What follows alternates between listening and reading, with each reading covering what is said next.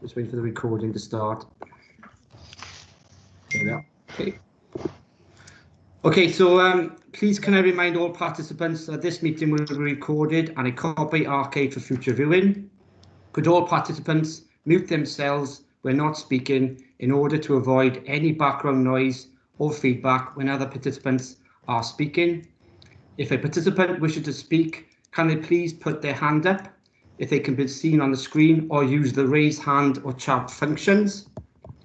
If any participant has difficulty hearing or being heard when they are addressing the committee, they should let the chairman or democratic officer know. If they have a webcam, they should try and turn this off, as this will help with the broadband or Wi-Fi bandwidth, so at least they can be heard and they can hear and be heard. And that's it, Chairman. Thank you. Okay, thank you. And I just like ordinary times, could you all make sure your phones are put to silent or switched off as well, just because they have an annoying habit of someone calling you just as you're about to speak. So if that could be done as well, please. Thank you. I'll move on to the agenda, and the first item is apologies for absence. I know that Councillor Thomas has given their apologies. Are there any others? Yes. No, Chair, that's it. Denisha, could I just say I need to leave at 11:20 to pick my grandson up. Okay, thank you, Councillor Lewis. Okay, and then item 2 is the minutes of the meeting held in December. All members should have received those electronically. They're obviously on the website, and can I get someone to move the minutes to be a true and accurate reflection of the meeting, please? I'll move. Thank you. And can I get someone to second? Thank you, Councillor Williams. Item 3 is to receive declarations of interest. Is there anyone that would like to declare an interest at this stage? No? Okay. If there is an interest that becomes apparent, if you could just indicate, and we'll make sure the necessary paperwork is completed.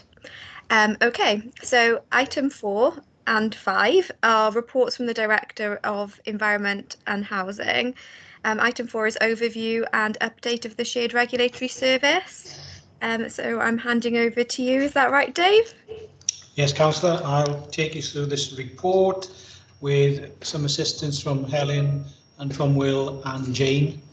I'll pause at certain stages to invite questions if there are any. So if I begin, councillors, at 2.1, and that's where I give you an overview of human resource issues. You'll see there that the attendance levels are better than last year. I think that's an indication of the officers in the SRS stepping up to meet the challenge here, and we've asked them to do lots of different things this last 12 months, things that some of them have never done before, and I think they've performed really well. I make an observation there about coronavirus fatigue, and we have tried to rotate officers as best we can.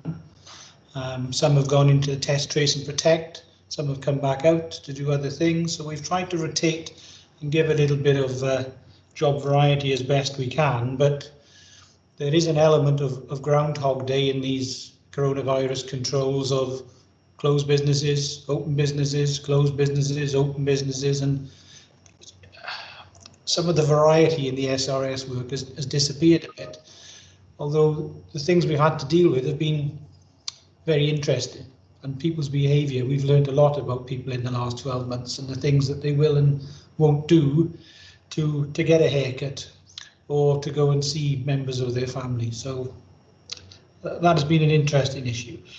I flagged with you at 2.2 that we had recruited some students. That has gone exceptionally well. I have to say they've performed above our expectations. We've had funding extended now to September 2021 to continue enforcing the coronavirus regulations, and the majority of those students are staying with us. Some of them are reducing their hours with us to focus on their exams in May and June, but the majority are staying with us. And the feedback I've had, and hopefully Helen will agree, is that they've thoroughly enjoyed themselves with us. Helen has oversight of their placements, and the feedback has been very good. We've managed to recruit one of them already and potentially into full-time employment and potentially a few more. So I'll pause there, Chair, if there's any questions on the HR issues around staff well-being, welfare. If there's any questions. Can councillors indicate if they have any questions, please? I don't see anyone that's indicating. Okay. But I just say that on the student bit, I think it's excellent. You know, I think, you know, after I graduated uni, I found it really difficult to find a job because you needed experience to get a job, and you couldn't get experience because you didn't, you know, and nobody wanted to employ someone who didn't have experience. And so it was that catch-22. So I'm really pleased that we're doing this as a service. Yeah, so that was really welcome to read that. Thank you, Chair. Shall I go on? Oh, sorry. Councillor Williams has a question or a comment. Yeah, thank you. It's not so much a question. It's just for awareness in case other people outside of the meeting are wondering. We've had discussions about this, haven't we, over the last months? You know, we've been kept apprised of what's been going on, and certainly from recognising, Dave, what you're saying about the staff. It's excellent, isn't it? With sickness levels compared to, you know, previous years, and in a situation where we've been dealing with the frontline stuff on the coronavirus, is credible. Is you know, it's credible for all those people that have been involved with that. So I think there's just appreciation again, that recognition of what they've been doing on that. That's all. Yeah, thank you. Chair, so I'm now at paragraph 2.4 in the report, and I'll do a little bit of a double act with Caris on this. The headline figure is not a good one. There's a 676,000 overspend. That relates to, primarily, all relates to one investigation and the costs associated with that. Helen has been in dialogue with the Welsh Government officers since you wrote, Chair, to the Cabinet member for this area within the Welsh Government. That dialogue continues. Ellen was asked a few days ago again for some more information. So that funding is still being pursued with the Welsh Government. We don't know whether they are going to give us anything or not. Hopefully they will, because they've asked an awful lot of questions. Ellen has spent an awful lot of time answering those questions, so hopefully they will. The detail of the financial monitoring is set out in Appendix 1. And I don't know, Caris, do you want to pick up any elements of that?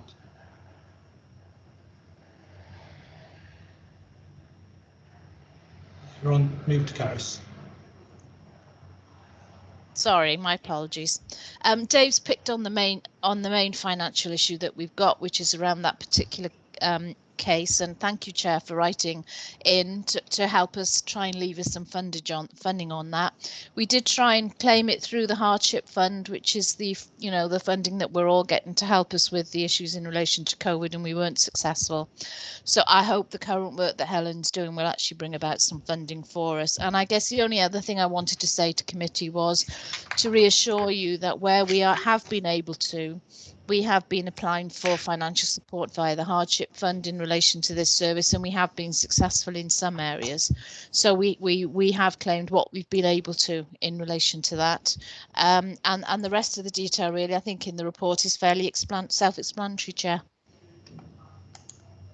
Thanks, Caris. Do members have any queries on those?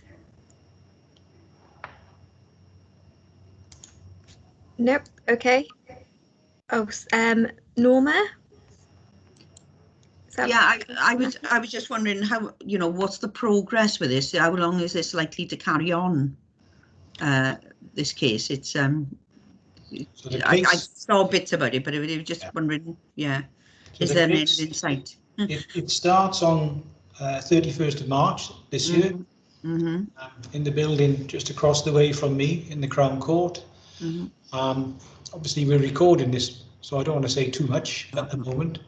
But the other defendant has indicated that guilty pleas are likely from the other defendant, but the main player at the moment, as I understand, is has submitted a not guilty plea. And it's scheduled for some 10 days, I think, Helen, over the next 6 or 8 weeks. Is that right? It's scheduled for a 3-week trial, Dave, and it should conclude on the 23rd of April. Lovely. Oh, thank you very much. Venue has also been changed. It's going to be part heard in Llandrignog as well. We're following the judge around, aren't we? Oh, well. Well, it's progress. Yes, yeah. And they're allowed to do it. It's going to be a face-to-face court. It's not it's not a remote thing then. No, where there's a contested hearing and trial and cross-examinations required, it takes place physically in a courtroom. But obviously, Dave's probably correct. We are probably following the judge around in terms of him being able to facilitate that trial and keep it going. Watch it with bated breath. Yeah, thank you. Thank you, Councillor Mackie. Do you want to carry on, Dave? Yes, Chair, I'm now at section 2.5 in the report, which indicates the traditional performance data that we report to you year on year. It's set out at Appendix 2. The majority of the indicators on the proactive inspection programs for food, for trading standards are in the red, and that's because we've repurposed a lot of the people associated with that work. It's not to say we haven't done any. Where the higher risk premises for food, we've continued to visit them. And as we've started to resume our inspection programs through February, with the numbers starting to fall, we are seeing a number of premises that have got rat infestations, mice, cockroaches. You'll be aware of the issues at the Bridgend market, for instance, where we've had to intervene. I do wonder whether a year's inactivity in certain business premises, whether nature has decided to reclaim parts of those premises, and we could have a very interesting next 12 months, and pest control agencies could be very busy as a consequence of us knocking doors and going to look in these type of premises. But at the moment, those indicators are way below where we would have anticipated being when we set them last year. To give members a flavour of what else we have been doing, in Appendix 3 is an infograph setting out some of the COVID activities, and hopefully members have had an opportunity to look at that. And you'll see some of those numbers are quite significant in what we've been doing. And I always direct members to the SRS website for the number of improvement notices, so you can see in each council area what we've been doing. Some of those have attracted quite a bit of media attention. Some of that's been quite positive. Some of it's been council is too bureaucratic in the way it deals with it. But you know, it all helps to drive down those numbers and keep the infection rates down, where people are perhaps not doing the things we might expect them to do and behave responsibly. Excuse my police siren going off. I'll go on mute for a moment, Chair.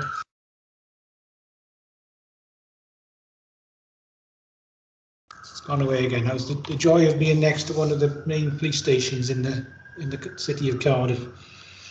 So that's an overview of performance. Obviously, Jane, Helen and Will are here. If there's any member questions on anything in particular we want to pick up on.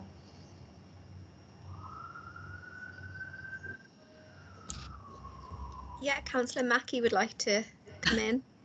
Yeah, I just wanted to say, I mean, I think it's an incredible record. You know, the amount of work that's been done is phenomenal. And I you know, I don't particularly want to pick up on particular areas, but you know, I just want to commend the staff and yourselves for getting all this work done. And you know, it's simply amazing, and it certainly will have made a difference to the numbers of people who are getting COVID. You know, and just well done to everybody. Fantastic work. Well, Councillor, I have the 3 operational managers on the call with me, and you know, we've always worked well with the police, but I have to say Will and Helen have done a terrific job in the administration of the JET teams and that added element of enforcement. we've always worked with Public Health Wales and the University Health Boards, and Jane Peaty's taken that to a new level, you know, in the interactions that we've had with those organisations. Previously, the Food Standards Agency would have been our biggest partner in delivering much of what we do. Our dialogue with them is way behind when you compare with what we've done with the police and the public health agencies over the last 12 months. So I'm grateful for your comments, and I wouldn't be able to do it with the OM without the OMs and their teams.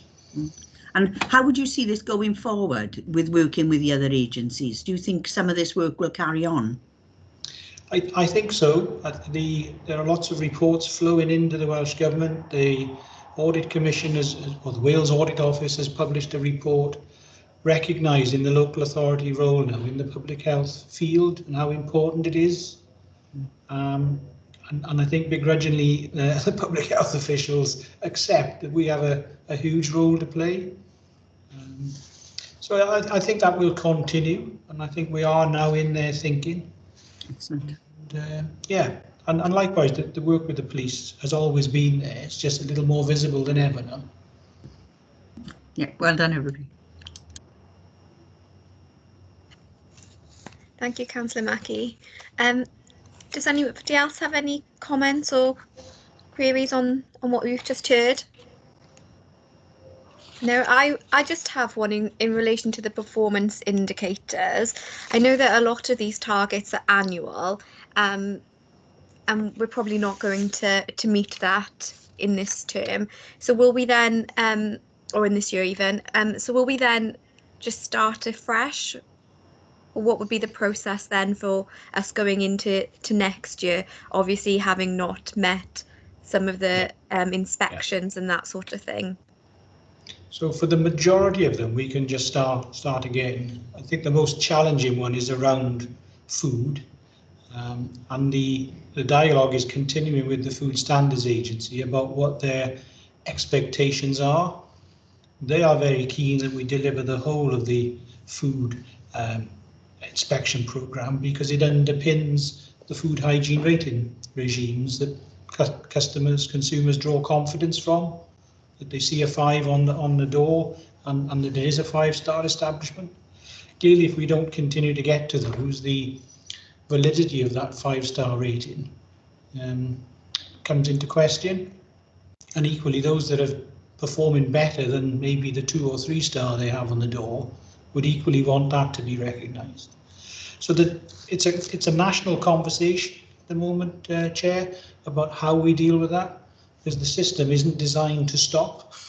It's designed to go on like a conveyor belt, and that conveyor belt now has been going very, very slowly for 12 months.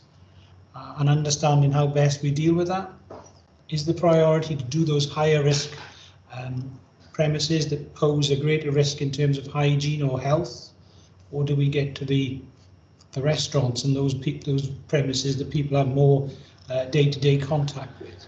So there is a national conversation going on, and we will try and influence that as best we can. But right now, the FSA have not formally, as far as I'm aware, given us an indication of their expectations as of 1st of April. I'm going to shoot myself in the foot and ask Jane if I'm wrong on that. Yeah, so the FSA have given us a derogation from the usual inspection programme until the 31st of June to allow time to actually discuss how, well, if there are alternative intervention methods that can be adopted to catch up with the overdue inspection programme.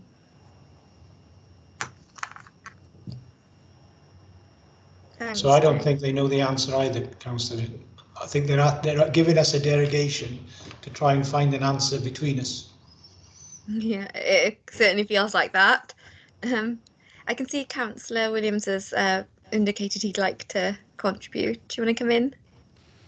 Yeah, thanks. Again, it's another one of those, isn't it? We want the gold standard. Out of context, out of the situation we're in now, it's I would argue it's still a challenge to achieve. But it's right, the way the officers are taking it is that they're going for the high risk first, and as the situation changes, that business become more open. There'll be a two-part to it. One, there'll be the regulation side, the enforcement side, where we know there's issues, but the public will also vote with their feet, and we'll start getting notifications of areas which aren't in a good place. So I think that's, you know, something we can rely on as well. But certainly to achieve everything with the resources we've got, I would argue that it's beyond the scope of what we can achieve. So I'm more than happy with where we are with the performance indicators. So thanks for that. Thanks, Councillor Williams. Yeah, I was actually quite surprised that there were some green indicators in there. I was expecting to see sheets of just red. So yeah, well done for surprising me with that. Yeah, it was pleasing to see. Could I say, Councillor, that some of the greens are in areas where we have seen an increase in work in terms of noise issues, housing issues. And even with that increase, we managed to keep those response rates green, and have made some good interventions in the community where people, having lived next to each other for 12 months, cheek by jowl, and nobody going to work, has generated, again, some very interesting anecdotes. I'm sure Will and I could write a small little chapter for you in the annual report about some of the strange things that we've encountered. Love that. Really interesting to read. I quite like reading the cases, and there's been quite a lot of activity in that area as well, which I was again surprised to see, because I think it's reported often that the court system is behind, the courts are slow, but the fact that we've got 11 cases in the appendices that we've been able to bring to court, I think again that's phenomenal, like considering where we are. So, I'd like to thank the teams there as well for doing their hardest. I can't imagine what it was like to try and persuade people to bring them to court. But yeah, it's good work. It's really good work. Shall I continue, Chair? Yep. Yeah, so I'm now at paragraph 2.8, and really what I've sought to do there is just give you an overview and a reminder, I guess, of the last 3 months and the coronavirus timeline. And the last time we met, I think I indicated to you that numbers were going up. The Welsh Government had indicated it was going to do something after Christmas, and then I brought that forward to before Christmas, which meant that people like me suddenly were stunned. How was I going to do my Christmas Eve, Christmas shopping? Because Mark Drakeford had shut them all. So quite an unexpected turn of events, and so from 20th of December we went into that alert level 4, which meant that we had to send a lot of officers out in that Christmas week, making sure businesses had closed, making sure things were being properly observed. January was a very busy period for Jane and colleagues in the TTP as those numbers continue to escalate, and for Will and Helen through the JET teams in trying to nail things down. The Welsh Government has now published a few days ago its coronavirus action plan going forward, and how it intends to take us out of alert level 4 through alert level 3 and back to some semblance of normality. Much of that is underpinned by the vaccination programme, and while the SRS doesn't have a direct role in the vaccination programmes itself, our general role with public health, underpins much of what is happening there, and a lot of the testing programs associated with it as well. So if vaccination continues to go well, and if test, trace and protect continues to go well, we will keep the numbers under control, but it doesn't take a lot for things to flare up. So councillors may be aware in the media there's a school in Cardiff that has caused some issues. There was a wedding in Grangetown 2 weeks ago that has caused some issues. So it doesn't take a lot for things to flare up again. The virus hasn't gone anywhere. It's still there. It's still highly transmissible. And so many of these controls are, as we release people back into the community, there's still a sense of uncertainty as what will happen next, as we see France, Italy and Germany all go into lockdown on the continent. So, and yet we still have people flying in and out of the country under the auspices of doing some voluntary work on a beach. So some strange things going on there. The last thing I've flagged is the Chief Medical Officer's recommendations, and we did touch on this earlier, but you know that the Welsh Government needs to focus on health protection services now and monitor the resilience of the systems and probably do some sort of sensible review of, as the numbers fall and if we get a quiet summer, what our state of preparedness might be next autumn, and how ready are we to deal with what is likely to be a third wave, and how we manage it as a country. So there's just some general observations there, Chair, about the coronavirus. I mean, as I wrote it, it was out of date, and now 2 weeks later it's even more out of date. But yeah, as best we can, we will keep you up to date with what is going on. So I'm going to pause there. That's all right. Yeah. Okay. Do any members have any queries on what they've heard so far? No. Okay. I don't know if you want to carry on, Dave.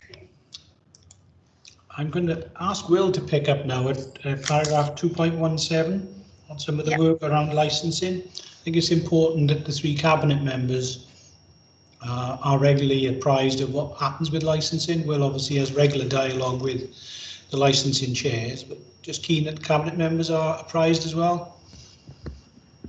Yeah, thanks, Dave. So as per our previous report, very briefly really, the JET teams have continued to operate across the SRS with weekend and evening working being the norm.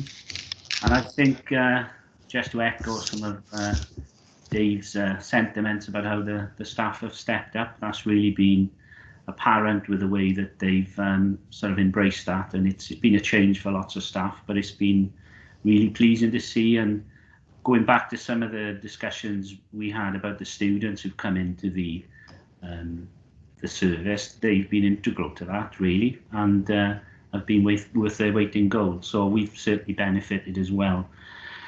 In the report, there's some publicity that has arisen. It covers it off around numbers of visitors in popular areas such as Penarth, Esplanade, Cardiff Bay, Porthcawl. I'm sure members have seen social media and various reports about that. And in particular, there's been comment really around off sales of alcohol from licensed premises in those areas, which the report just reviews the legal position on, so that members are aware.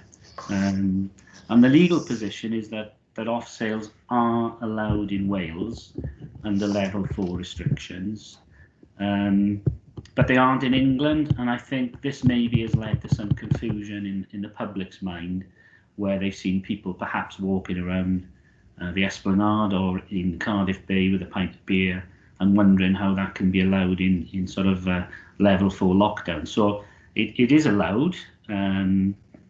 Officers have, licensing officers and South Wales Police have ensured that premises that are selling alcohol and food are compliant with licensing conditions. And any illegal gatherings, so any people who are in groups that they shouldn't be in those areas, that's been handled by South Wales Police with the powers that they enforce. Also, they've worked very closely in that respect with the various councils. So, for instance, in Cardiff Bay, they've taken steps to fence off the Oval Basin. And I know that we've been active in Bridgend and the Vale in other areas to try and assist the police in any way we can.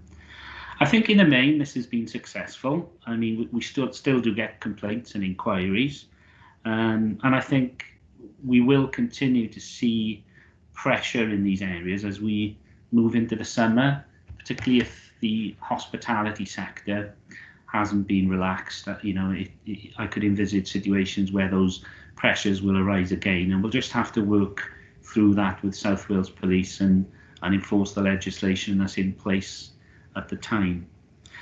Most recently, the Jets have been dealing with a plethora of house parties.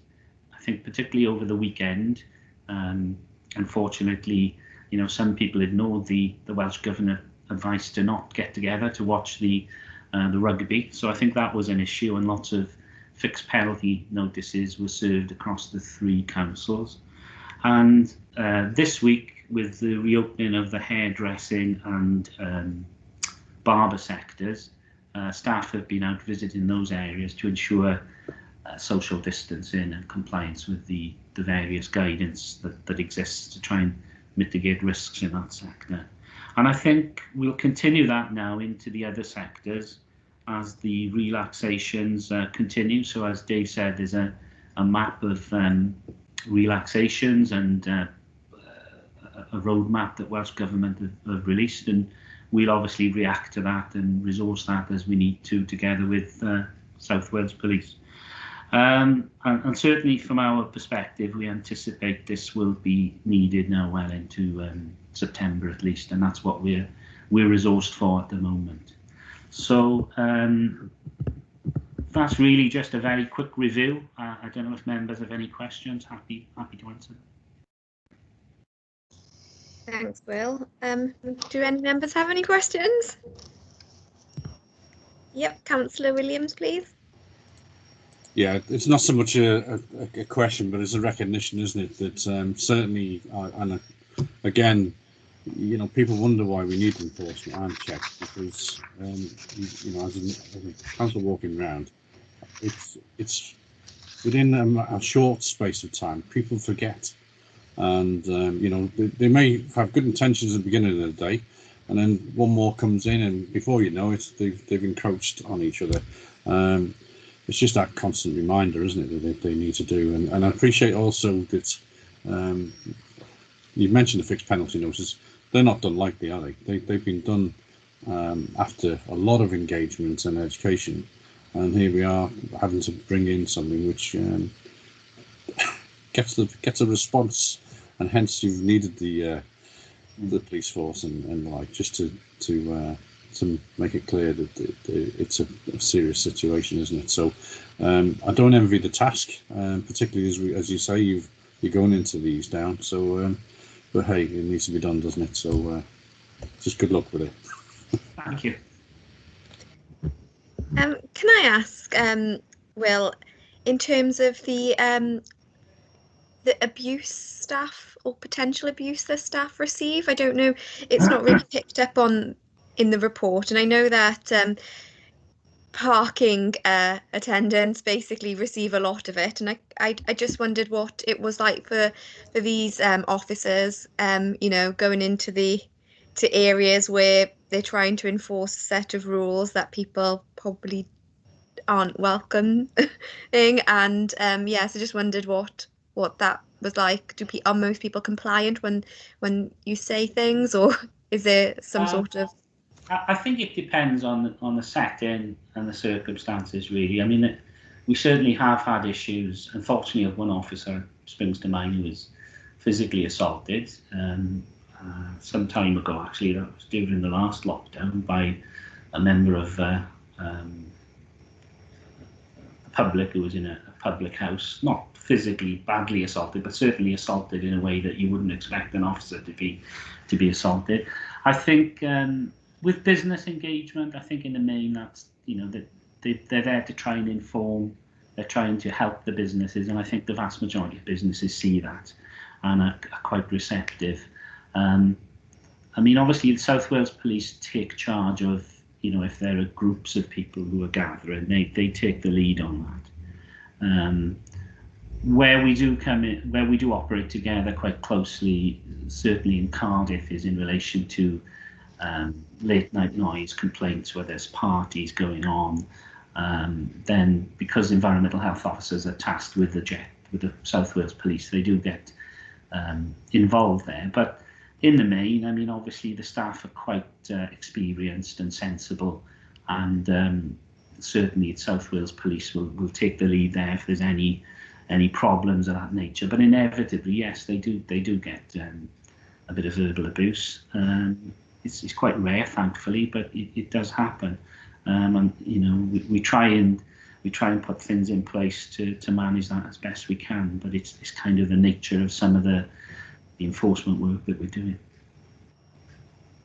I think it's fair to say as well, Will, that some of the businesses actually welcome a visit because they have to manage their own customers, and at least they can point to us and say, well, they said we had to do it. Sorry, customers, this is what you have to do. I would also add, members, there is a short video available on, I think it's Helen, it's on the South Wales Police site, isn't it, of a day out with the jet. I think they used the Vale of Glamorgan jet team and Sarah Tudball, who heads that, and there is some video footage you can see with one of the South Wales Police sergeants and Sarah out and about on their travels doing some things. If I find that, or Helen, can you forward that link to the committee members so they could see that? Yes, yeah, of course.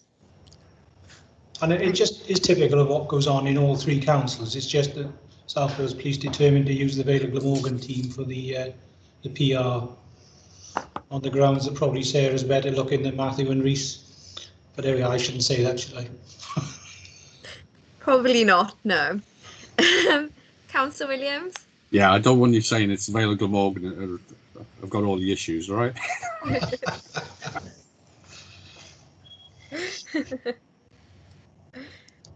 So, Chair, should we continue?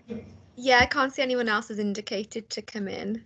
Okay, so the next section of the report probably reflects that the Welsh Government is getting back to normal a little bit, and that they've issued a number of consultation papers, and we flagged a few of them for you that are relevant to the service. So the first one at paragraph 2.21 is around air quality, and then goes on to about domestic burning of solid fuels. So I'd like to hand that one to Helen if I can. And then ask Will to pick up the building safety white paper afterwards. Thanks, Dave. So yeah, starting at paragraph 2.21, the first of these consultation papers that Dave has mentioned from Welsh Government is in relation to air quality. So back in August 2020, Welsh Government published their Clean Air Plan for Wales, Healthy Air, Healthy Wales. And a key commitment within that plan was the development of a Clean Air Act for Wales, building upon existing legislation. And in January 2021, a white paper was published on the Clean Air Wales Bill. So this now is the consultation paper that's been has been issued. So the bill envisages a strategic approach to enhance air quality, which would see a clean air plan or strategy being reviewed every 5 years, as well as the necessary powers to set targets with PM 2.5, that's the very small particulate matter, being the priority. And of course that is the particulate matter, which is so small that it is the most harmful because it can penetrate right into the respiratory system and the blood system. So this then would be supported by a clear and effective air quality management legislative framework, and that would comprise a clarified and enhanced LAQM regime, consolidated road charging powers to implement clean air zones or low emission zones, strengthened powers to address vehicle idling, enhanced smoke control powers to tackle domestic burning, and we'll come on to that a little bit later in the next item, and a duty on intersectoral workforces to adhere to guidance to tackle air pollution. So the aim of the strategic approach is to achieve emission reduction ambitions by 2030, and depending on the specific pathway chosen in achieving the goal, it's estimated that the cost of action in Wales will be approximately £10 million per year. But in return, it's estimated that the associated reductions in overall population exposure to air pollution would result in monetised health benefits of approximately £100 million per year. So it's it's certainly attractive when it's set out in those terms if this can be achieved. So that is the first of the 2 air quality consultations at the moment. Perhaps if I go on to the second one, and then maybe we can look at questions at that point. So moving down to 2.22, and we've hinted upon this just earlier. There's a second consultation. This one is on reducing emissions for domestic burning of solid fuels. And wood burning stoves and the multi-fuel stoves have become really popular, as we know, particularly in urban areas in recent years. And that, unfortunately, seems to have caused its own issue in terms of air pollution. So at a time when we've seen drastically reducing levels of coal usage, the use of wood burning stoves has taken off. And it's now estimated that emissions are now at the same level as they were in 1990. So that lovely downward trend, unfortunately, hasn't been continued, and this seems to be one of the main factors. So in this consultation, looking for views on a number of proposals, and I'll just run through a couple of these. So that's the phasing out of the sale of bituminous traditional house coal for domestic burning, and prohibiting the sale of wet wood for domestic and or use. And the wet wood is a particular problem, again, because the moisture causes more smoke, and that again comes down to this particulate matter 2.5 and the harm that causes, which is more likely then to be a problem for people breathing in that air. So both of these consultations are scheduled to end on the same day, which is the 7th of April. And the proposal is that officers will respond to both of those consultations, and then we will make sure that members have copies of those responses. So happy at that point to take any questions. Do any members have any questions, or do they want to feed any comments in on the consultation before the draft is circulated? Yep, Councillor Williams. Yeah, we're content with the draft, and it's incredible, isn't it? You do one thing, you reduce coal and whatever, and then we get something popular like wood burning stoves. And I'll be honest, I was tempted, but you know, it just shows, doesn't it? The consequences of something, taking us back, you know, as far back as 1990 figures. It's just incredible. So, yeah, okay, disappointed, but it is. That's why we need legislation, unfortunately, isn't it? Yeah. I think there needs to be a bit more comms around it as well, because I think coal is very clear that it's bad for the environment, but I think wood burners have kind of slipped under the radar and people don't necessarily put them together. So I think a bit more comms around that is going to be key as well. Do you want to continue, Helen? I think I've come to the end of my bit now, Councillor Patel, so I think we're over to Will now. Okay, so very briefly, the white paper was released in January and has variously been referred to as a sea change in building control in Wales. Now, the paper builds on the Welsh Building Safety Expert Group report and the Hackett report into the tragedy at Grenfell Tower.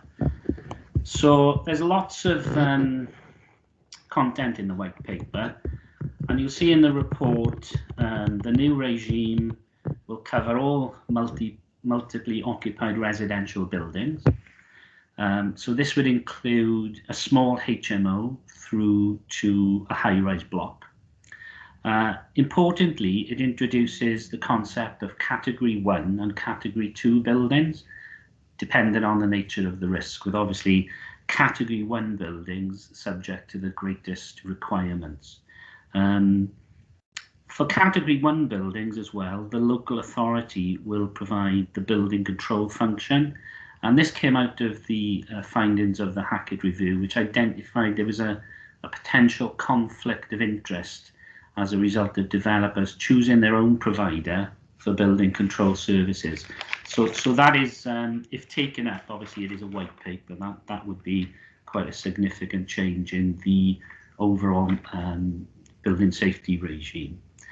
Other sort of highlights from the proposals are that all buildings would have to be registered. So any building that was encompassed within this regime would have to be registered. There'd have to be an accountable person. There'd have to be an annual fire risk assessment undertaken by a suitably qualified person, and it goes on to document what qualifications that person would need. And they'd have to record the outcomes of the fire risk assessment and make that information available. It also lays out how at various stages of sign-off of a Category 1 building that you would have an accountable person, because again, coming out of the review into Grenfell, one of the main failings that was found is that there wasn't that line of thread of accountability when the building was being constructed.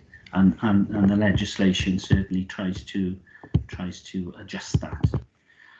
It also finally puts forward options for a number of regulatory regimes which may apply, and there's quite a bit of information in the white paper there about various options that are being considered, and that could run from anything from a single regulator to a series of multiple regulators or even regional regulators.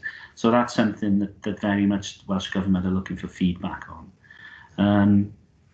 Leading on to the paragraph that deals with joint inspection teams. The first steps are the formation of a joint inspection team, or JIT, to be not to be confused with a JET. So this is a JIT, and this will be funded by Welsh Government and look to understand the scope of non-compliance in existing buildings in Wales, because as 2.25 of the report identifies, the white paper does not deal with the issues that currently exist and is not retrospective in dealing with issues around cladding or other compartmentation issues that may exist in some of these high-rise blocks. So we've had an initial discussion with the Welsh Government about the scope of the JIT and how it may work, and I think it's fair to say that these discussions are ongoing. But that is something obviously that would need additional resource through Welsh Government. And the only other thing I'd add there is that you know, in general, if the regulatory regime, depending on how it's finally implemented, will require additional resource, particularly around building control, and that's something that I know Welsh Government are really cognizant on. Just the last thing there, there is a webinar, if anyone is particularly interested, tomorrow between 2:30 and 4:30, and it's designed for members, you know, who might have a cabinet portfolio lead in this area or chief officers. It's hosted by the WLGA, and I'd be happy to circulate that for anyone's interest if they want to attend, and the join-in instructions are on there as well. So happy to take any questions on that. Thanks, Will. Just if you wanted to circulate the webinar details, and then I think everyone will have the option to attend or not, depending on. I'll do that via Democratic Services then. Excellent. I think that'd be good. Just, you know, I don't know what everyone's diaries are like, but just if that's there, isn't it? And they can make it. Do members have any queries or comments on what they've just heard? I have a question in relation to resource, particularly the building control element. Do we know what that would look like in terms of local authorities providing the building control on all residential buildings? Is that quite a large increase of work? Yeah, I'm sure Dave would have a comment here because he's been actively involved in this since day one. But it's only, just to confirm, it's only those higher Category 1 buildings that they're considering that. So there'd still be the lower risk and only multiply occupied buildings. The lower risk, smaller premises could still be done via the private sector. It would only be those Category 1 buildings. Oh, okay, right. Yeah, to confirm, Chair, that is correct. And the building control discipline is probably in the same place that the regulatory service discipline was some 6 or 7 years ago. It doesn't have the resource that it needs. But by way of context, so there are 2 high-rise buildings that would meet this definition in Bridgend. There are 3 in the Vale, and there are many tens of buildings in Cardiff that fall into this category. A number of those buildings in Cardiff are already undergoing work, scaffolding going up, cladding coming off and so on, but it will be a slow process, and Councillor Michael will be aware that I reported to Cardiff's Cabinet a few weeks ago to say that I didn't see that process ending much before the end of this decade because of the level of expertise needed and the amount of time to put scaffolding up, take it off. This is no short-term fix. Just to touch on that joint inspection team, the JIT, I've been asked to attend a meeting next month with my opposite number in Swansea, along with the WLGA and the Welsh Government, to understand how they want to progress this joint inspection team. I think they're very keen that it has a strong local authority base to it, and that local authorities are fully involved in finding the solution to this. So hopefully that will be a positive step forward. And my understanding is that money will be available to enable that team to do its work. The consequence of that work is, of course, that they will then present reports to each council to say you've got a building in your geographical location that is a hazard to the people sat inside it. And then we have to find a means to resolve that with the people who built it, the people who own it, or the people who live in it. And that's something we're desperately keen to avoid, is that the residents end up with the bill. And the minute we default to a legal process, I get a response from a lawyer. So we are just trying to persuade developers to fix the problems that they created.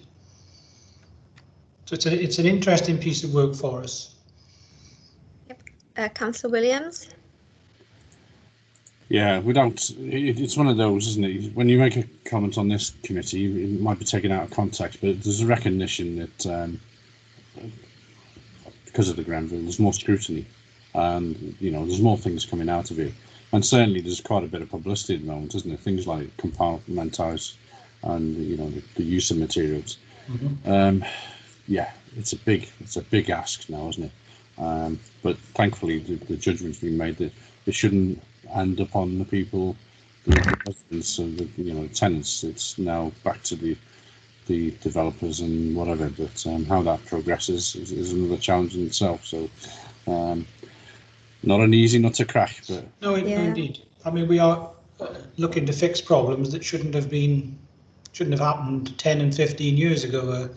Will and I have been for a walk around some of these developments, and they look very nice, and then you open the cupboard and there's a big hole where there shouldn't be one, and things like that. So, and fire will find that and travel quite quickly. So, yeah, lots to do. And of course, when a building has been clad and covered up, you can't see what's behind those walls unless you make holes in them. And then Will and I have had a bit of an eye opener, and we will, with some of the things we've seen. So.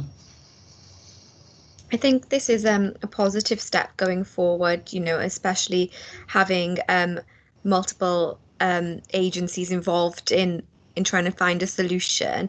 I was a bit concerned by what Will said in terms of the scope of the white paper, not including those buildings that are currently defective. And I know you said, Will, that there's ongoing communication with Welsh Government in relation to that. Do you know how long that will take to kind of bottom out? Yeah, so just to put some context, obviously the white paper, eventually it's planned that it'll lead to a legislation, and the point I was trying to get across is this isn't retrospective. It's not going to cover buildings that have already been put up and the issues that Dave has talked about. So the JIT while it is mentioned in the white paper, I think it is mentioned in there. It's really looking at how we deal with the issues of the buildings that were built under the regime that exists at the moment, and that's the discussions that are ongoing that Dave discussed. I mean, the white paper, the consultation date is the middle of April.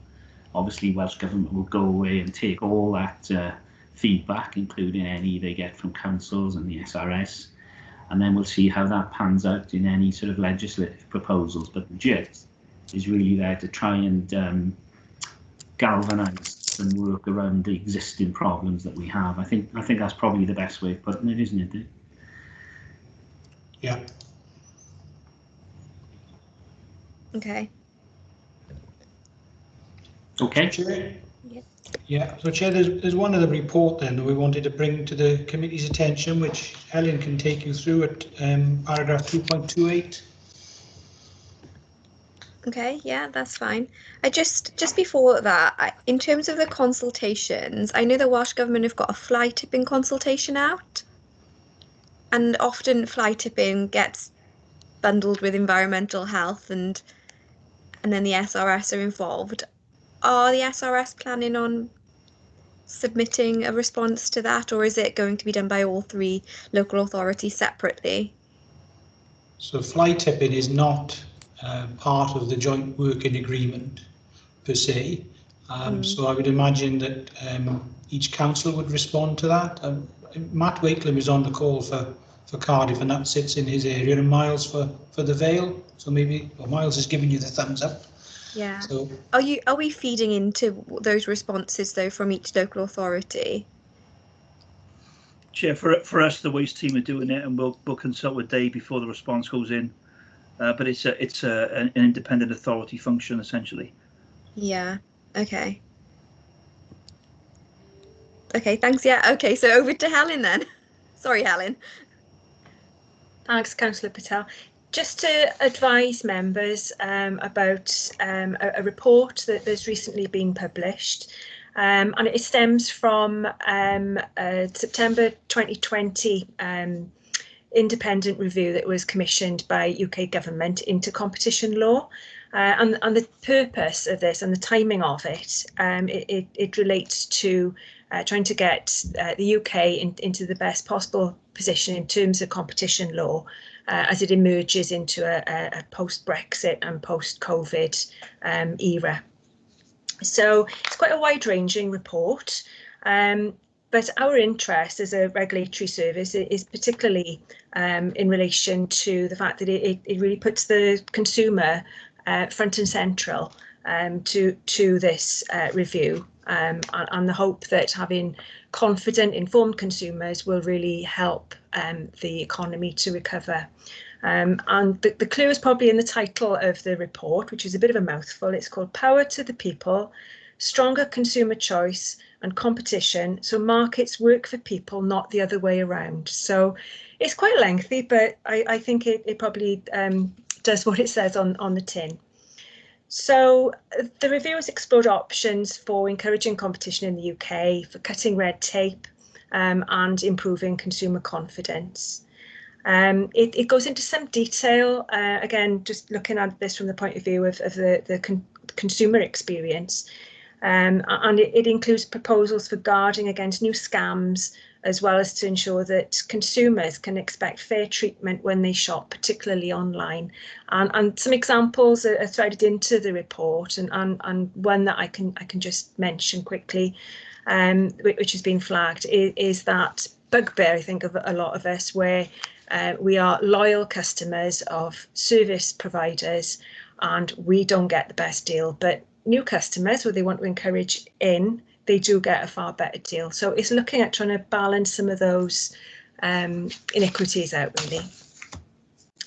So trying to make sure that markets are very much in the 21st century, making the best possible use of data and technology. The report focuses on that, and obviously with competition policy, the Competition and Markets Authority is heavily involved with that. and the report makes recommendations to secure the funding of the CMA's new digital markets unit, which seems to be delivering good stuff. Also on the subject of making best use of technology, again with the consumer experience in mind, it makes the point that we really need to be bringing consumer protection into the modern age. And it talks about the small claims court, making that available pretty much 24/7, and being as cheap and simple to use as an app on the phone. So again, it's just a change of mindset, and why shouldn't that be the case if that's at all possible? The report, interestingly, makes some recommendations about trading standard services, and it does highlight some concerns in some parts of the country where there appear to be, or certainly the danger of enforcement gaps if trading standard services are not sufficiently resourced. And it also goes on to suggest a new statutory duty could be introduced for minimum standards in local trading standard services, and that would include powers to mount antitrust and consumer investigations and provide ring-fenced resources so that they can deliver them well. So he doesn't mince his words, and the trading standards profession is not too clear exactly why this has been zoomed in on, other than the fact that it is what has been uncovered as part of the of this review. So the UK government has said that it will now consider the recommendations and report on that in due course. So that was the quick run through of that paper. So if there are any questions, happy to take those. Thanks, Helen. I can see that Councillor Mackie wants to come in with a question. Yeah, I mean, it was interesting, and that paragraph where it said that they believe that almost half of all the LATs do not believe that their team has sufficient skills to cover the full range of changing standard responsibilities. I mean, I was just wondering where we stood in that. I mean, I'd like to think that, you know, we have got the skills, but yeah. I think the arrangement we've got, Councillor Mackie, it works so well because we are able to draw on other colleagues. So I think perhaps that those kind of professional boundaries sometimes that exist where you don't have an integrated service, I don't feel that they exist in the same way in SRS, and we're certainly able to draw on other colleagues, and certainly the whole COVID enforcement experience has shown us just how well that has worked. I don't know if Dave would like to come in on that. Yeah, I think, you know, that's evident. In the last couple of years we've deployed trading standards people to assist housing colleagues with difficult landlords. So we have lots of tools in the SRS toolbox that we very often make use of, that sometimes in other councils, in England of course, it's a two-tier function, trading standards at the county level, environmental health and licensing at the district level, and they're not good at talking to each other, which the unitary setup in Wales is obviously more beneficial, and the fact that we've brigaded across the three means we've got some really talented people who are very good problem solvers and very good at challenging things. I'm being recorded, Councillor, so I'm picking my words carefully. I can see that. No, that's fine. Thank you very much. Yeah. No, you asked the question there, no, knowing full well that the answer from certainly all the reports and all the evidence that we've been provided is we're in a good place, and I'd be surprised if they could point any fingers to the regional. It's worked so well, hasn't it? You know, the three counties together. So I'm really pleased. Maybe that could be one of the recommendations. Yeah. Yeah.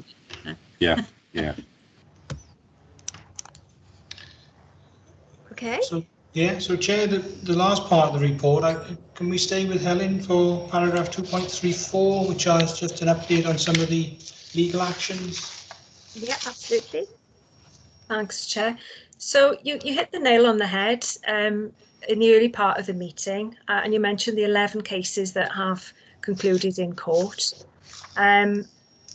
since we last met, or in the last in the most recent reporting period. So that's from November through to the current date.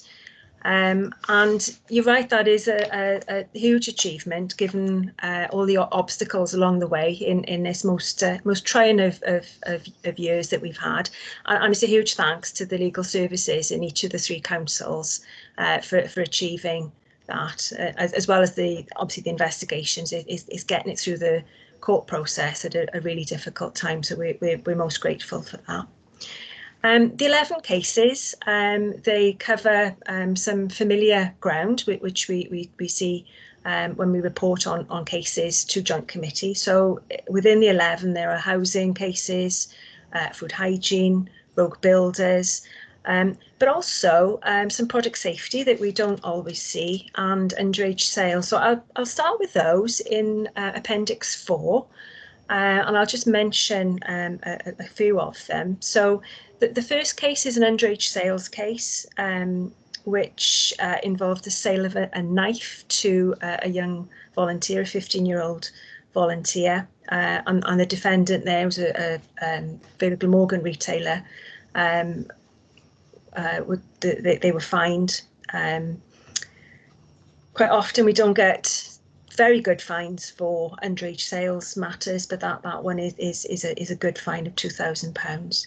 The next case again is a little bit different to what we perhaps normally see, and this is an importer and supplier based in Cardiff, and they were found on a routine inspection to have squishy toys which didn't have the necessary warnings on them, and they posed a choking hazard for young children. So that wasn't an easy investigation, but all 3 defendants at the end of the day were fined £2,000. So again, not a bad outcome. The third case on that first page, I wanted to flag this one. It's a rogue builder case, but this is a second case, a follow-up case to one we reported on at the last Joint Committee meeting. So this is unfortunately one of our regulars, and certainly this particular builder is a regular on BBC X-Ray. He's featured on there a couple of times. So you'll see that again, some really poor building work unfinished, money taken, nothing being done, the usual MO that we see. And the defendant on this occasion, the main defendant, has been sentenced to 18 weeks in prison, but that has to be taken in the context of the fact that he's already serving 2 years and 3 months from the case that concluded in August. So the original case concluded in August, he was sentenced to prison, and then this follow-up case was in court in November. So we followed that one through. Case number 4 is an unsafe second-hand cars case. So again, that's a little bit out of the ordinary, and some not too bad fines there as well. And then I'll take you down towards the end of the schedule to the case that's flagged at entry 10.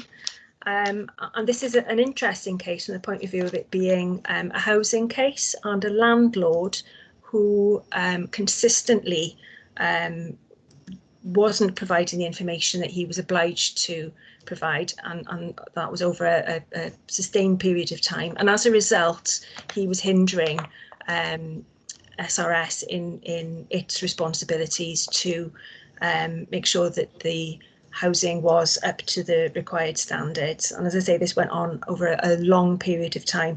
And while it may have been seen as a technical offence, him not providing this information, notices had to be served so that that information could be obtained, so that the necessary checks could be done.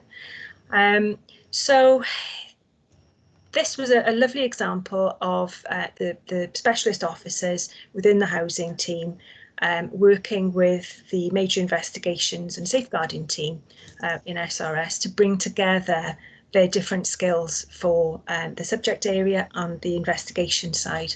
And the result, which is recent, is earlier this month, is a fine of just over £5,000 for that landlord and costs of £8,000 and obviously a criminal conviction. So another really, really positive case there.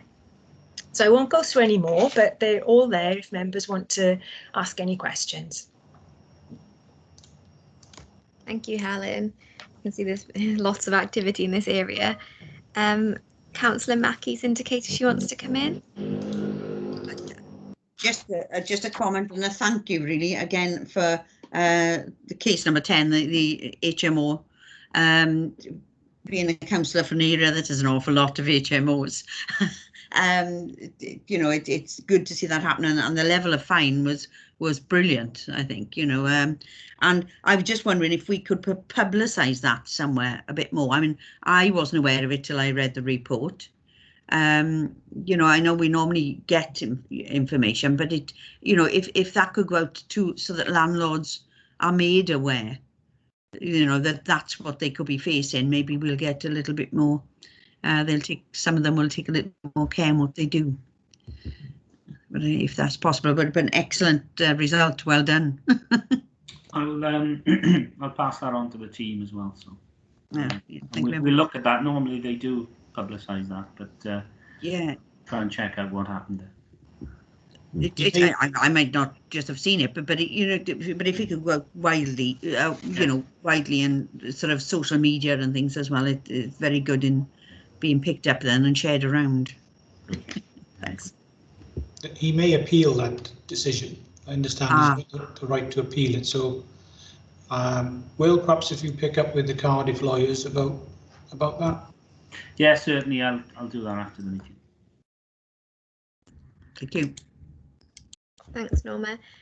Any other questions or comments? Nope. Okay, I think that's the end, really, of the report. Unless there's anything else that you want to pick up on, Dave? No, Councillor, I'm fine. Okay, so the recommendations are to consider, note and agree the contents of this report. Are all members content with doing so? Yeah. Yep. Yeah. Okay, you'll speak now if you're not. Lovely. Okay, then I shall move on then to item 5, which is the shared regulatory services fees and charges 2021 to 2022. Are you bringing this in, Dave, or Miles? Helen is the architect of the report. Helen. Chair, so probably best with Helen. Yeah, sure. Thanks, Dave. So yeah, the second report is the regular report that we bring to Joint Committee for the setting of fees.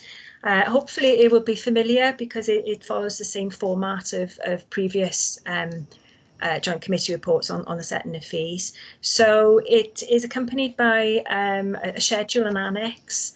And just to recap on that, the annex has been set out so that all the fees and charges contained in part 1 of the annex, they are the fees and charges that are within the remit of the Joint Committee.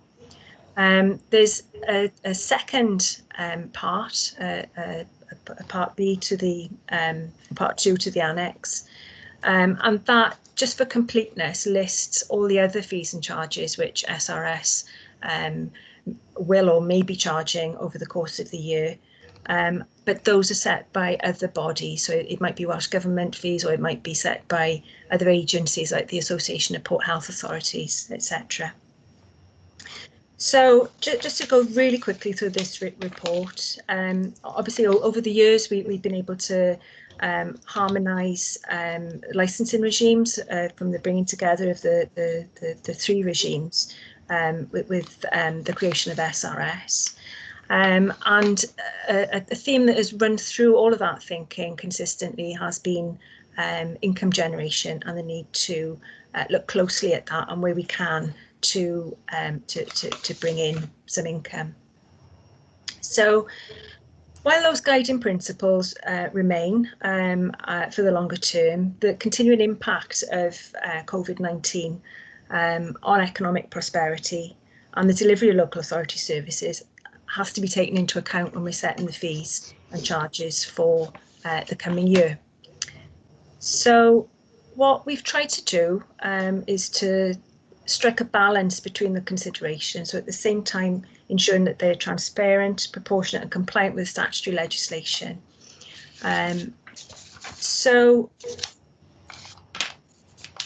as part of the annual fee setting process, we refer to the CPIH rate of inflation for August of the previous year, and you'll see at 2.4 of the report that for August 2020 that CPIH rate was just 0.5%, and you compare that with the rate that we referred to when setting the fees for the current year in August 2019, that rate was 1.7%.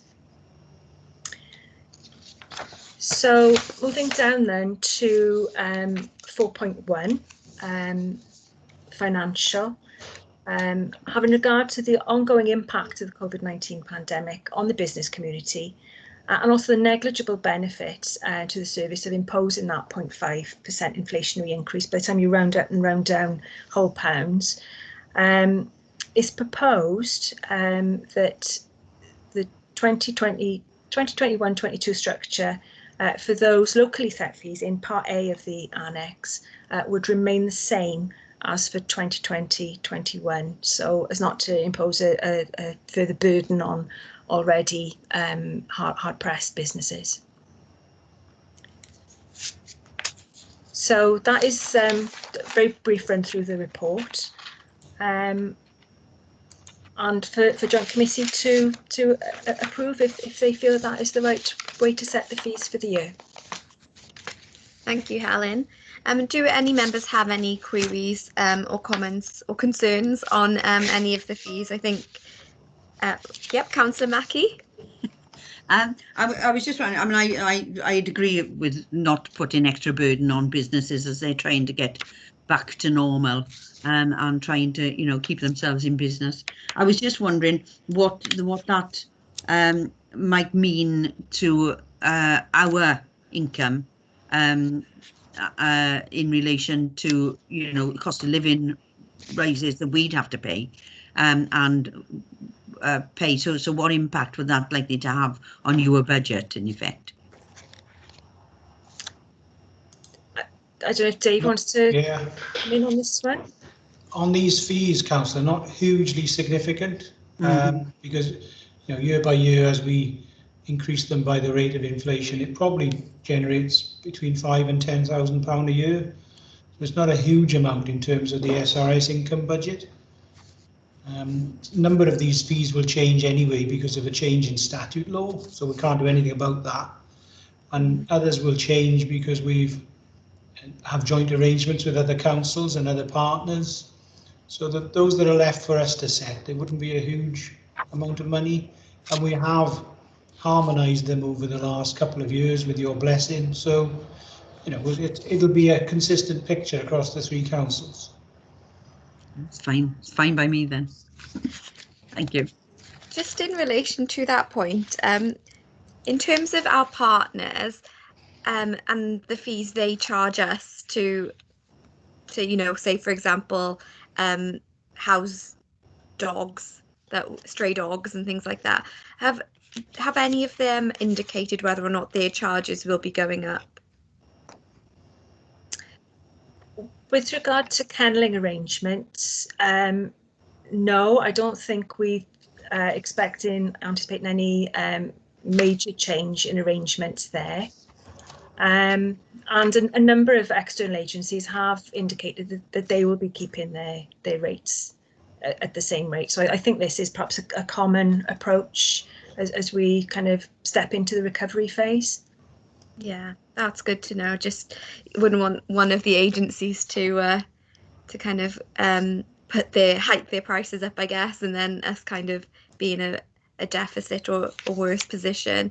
But I'm glad and I'm reassured that everyone's thinking along the same lines. Any other questions from members? Yep, Councillor Williams. Yeah, sorry, it's interesting, isn't it? We've got the report and fully support the idea of the fees staying as is for the reasons you've given, but recognising also that as a shared committee, we've also reduced, from last year we put a savings target of 166,000. So and that would have been met had it not been for the horse incident. So it shows that you've got good management of what we're doing. So yeah, happy to support the proposal. Yeah. Okay. If there are no other questions or comments, then is everyone happy to go with the recommendations and the fees as indicated in the appendices? And for the implementation from the 1st of April, basically. Yeah. Yeah. Okay, great. Yeah. So that's item 5. Item 6 is any items which the chairperson has decided are urgent under part 2. I've not been made aware of any urgent items. Just want to check with the committee section if anything's been brought forward. No, nothing. We're all good now, thanks. Okay, thank you very much. And then I've got part 2. The press and public may be excluded from the meeting during the consideration of the following items in accordance with section 104 of the Local Government Act. Does someone want to introduce that? There isn't any reports for part 2, Chair, so I think we've come to the end of the meeting. Is there? Yeah. Oh, okay. Were there minutes that we were meant to approve? Yeah, we did that at the start. Yeah. No, for a closed section, no. Okay, never mind. Okay, so item part 2 is not happening, and so item 7 isn't needed either. So No. I guess that's the end of the meeting. Can I just thank everyone for their attendance and their contributions today, and I hope you enjoy the rest of the day. Thank you, Chair.